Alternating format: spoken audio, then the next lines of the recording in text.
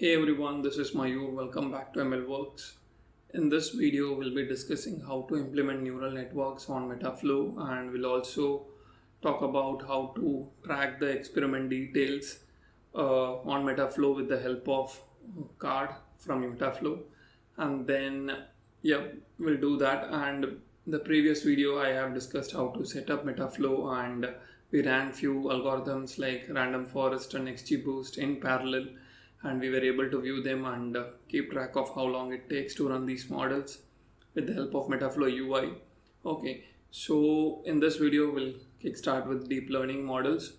Okay, so on the screen what we are seeing is the terminal where we have spinned up our Metaflow dev setup, and which checks for Docker if it is running, Docker is running or not, Minikube is installed or not, and Helm is installed or not. All these things are checked. If it is not present, it gets installed, and then it spins up something called as tilt, which manages the pods for your cluster, which is Minikube cluster, and it is running on port 10350, and if you go inside this, you will notice a bunch of services that is running.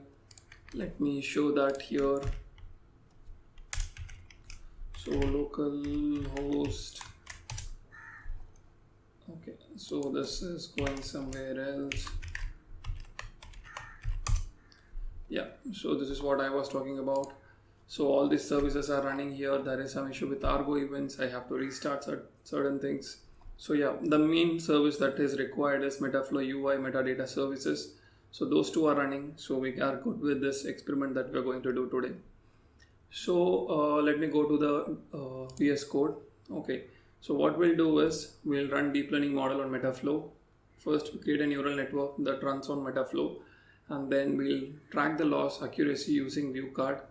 And it is quite a simple experiment that I'm going to do. Okay, let me get started with neural network.py here. So I hope the screen is visible, otherwise I'll increase the screen size. Yeah. So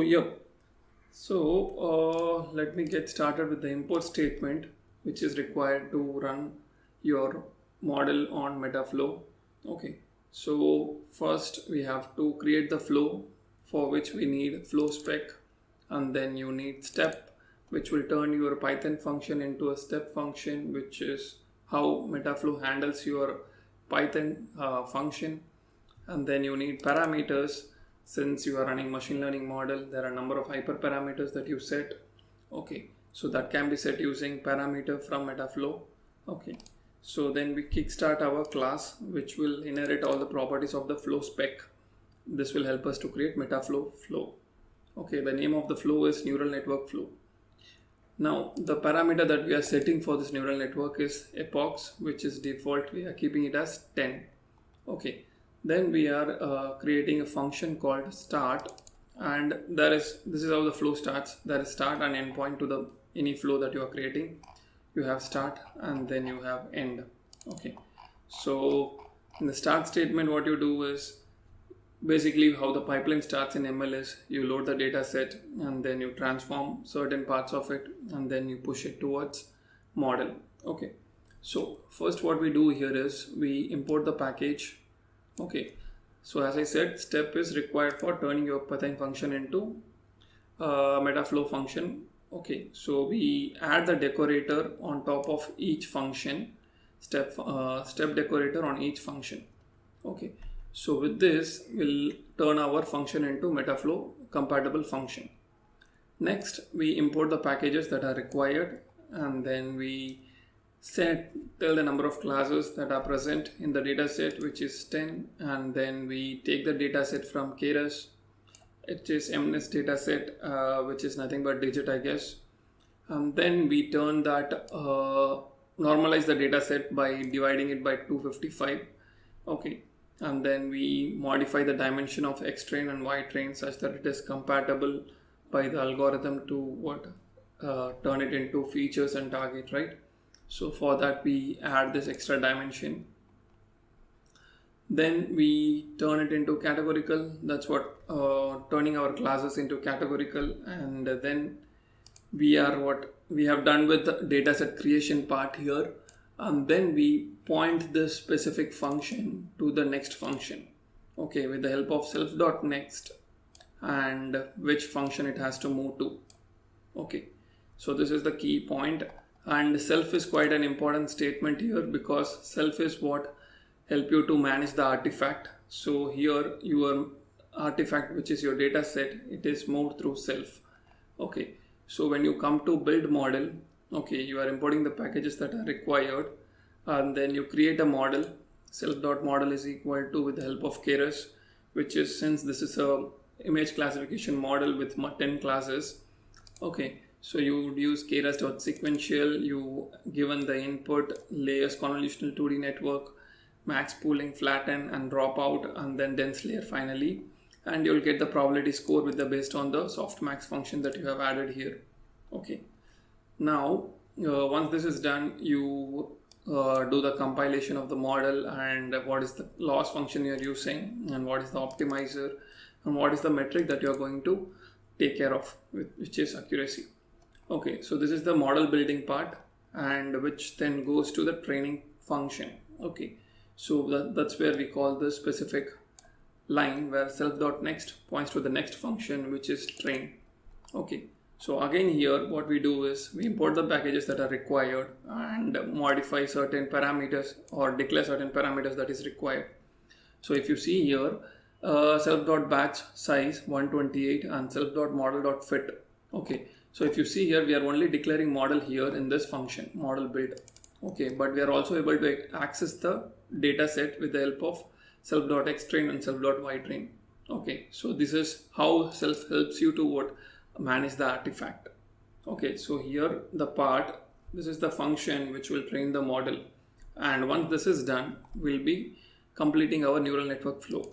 Okay, so this is the basic flow for neural network, and next we'll see how to keep track of all the experiments. Okay, so we'll do that in the next file, right? So let me run this one first. So Python, and I'm inside this folder neural network.py, and then I have to do run. So this will spin up this will run the specific file, and these are nothing but tasks. Actually, each of them are tasks. So it will look for if there is any GPU is present or not, and if it is not present, then it will run it on CPU. Okay, so you will see it is getting registered somewhere here. Created a device which is NVIDIA GeForce RTX 2070 Super. Okay, and task is finished and task is starting again. What is the next task?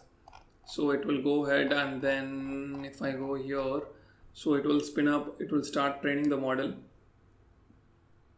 So you will see validation, accuracy and everything, and yeah, so this is that. Okay, running this simple neural network.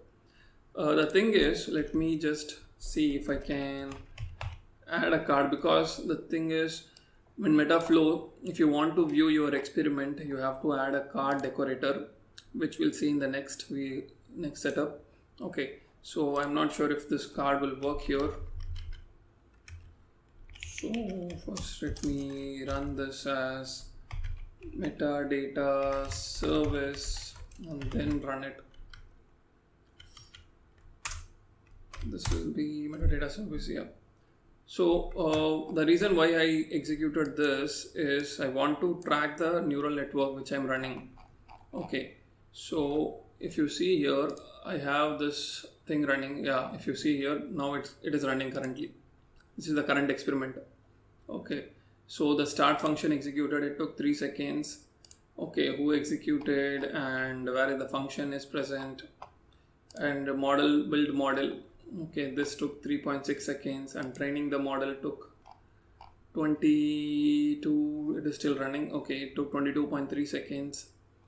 Okay, so this is a timeline for the whole experiment, and this is the end function that is being called. Yeah, so this is how you view the experiment which you are running. Okay, but now next what we do, right, next we'll be looking at how to view the card for tracking the experiment. So what I'll do here is I'll just take the interactive flow, and talk about different few more parameters that are required. Okay, so first what we do is we import the packages, which is flow spec, step, and parameter, and along with that we also import card and current. Okay, and from the cards we also import images. Since you want to view the plot, okay, you need image, and then you have card for viewing your experiment, and current is keeping track of your experiment details. Okay, current. So let us understand each function here. So this is running as just a Python function. Plot learning curves, takes the history, and plots accuracy and validation accuracy, model accuracy, and this is the plot is called model accuracy. For each epoch, what was the accuracy, how it changed. So this is the plot. Okay, basically this is just a regular deep plot we use for any machine learning model for understanding accuracy, validation, and everything. Okay, so by the end of this we'll have two figures. Okay, one will be model accuracy, one will be the model loss. Okay, now next is creating a neural network card flow, and here again we are inheriting the flow spec for creating the Metaflow flow. And next we parameterize epochs, which will be default is equal to 10. So what will happen, right, when you are creating a parameter like this, what will happen is when you are trying to run like from your terminal, you can add parameter here, e is equal to some value. Okay, and it will automatically update this epochs. So this is why parameters are required. Now next is turning your Python function into step function with the help of step decorator. Here we load the model, we load the data set and pass it to the build model with the help of self.next.